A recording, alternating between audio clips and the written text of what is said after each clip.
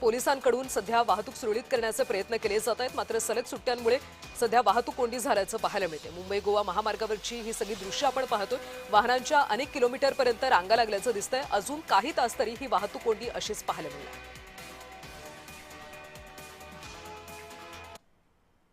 आता पाहूयात पुढची राजकीय बातमी। भाजपने शब्द फिरवला म्हणून उद्धव ठाकरेंना मुख्यमंत्री व्हावं लागलं।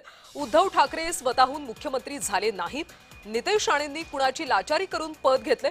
स्वतःचा पक्ष विसर्जित करून तुम्ही भाजपच्या पत्राखाली गेलात। वैभव नाईकांनी मंत्री नितेश राणेंवर टीका केली।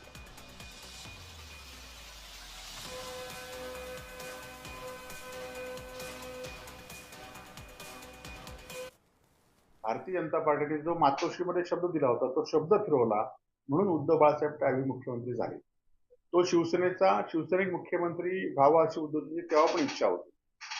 आज आपण बघितलं असाल की त्यानंतर झालेल्या विधानसभेच्या निवडणुकीनंतर आज पण उद्धवजी स्वतःहून विधान परिषद सदस्य म्हणून शपथ घेतली असली त्याला सगळ्यांचा पाठिंबा होता।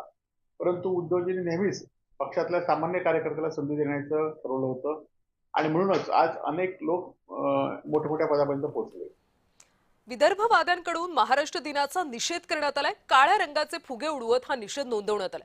वेगळ्या विदर्भाची मागणी पुन्हा एकदा ऐरणीवर आल्याचं दिसतंय। संविधान चौकामध्ये काळे कपडे परिधान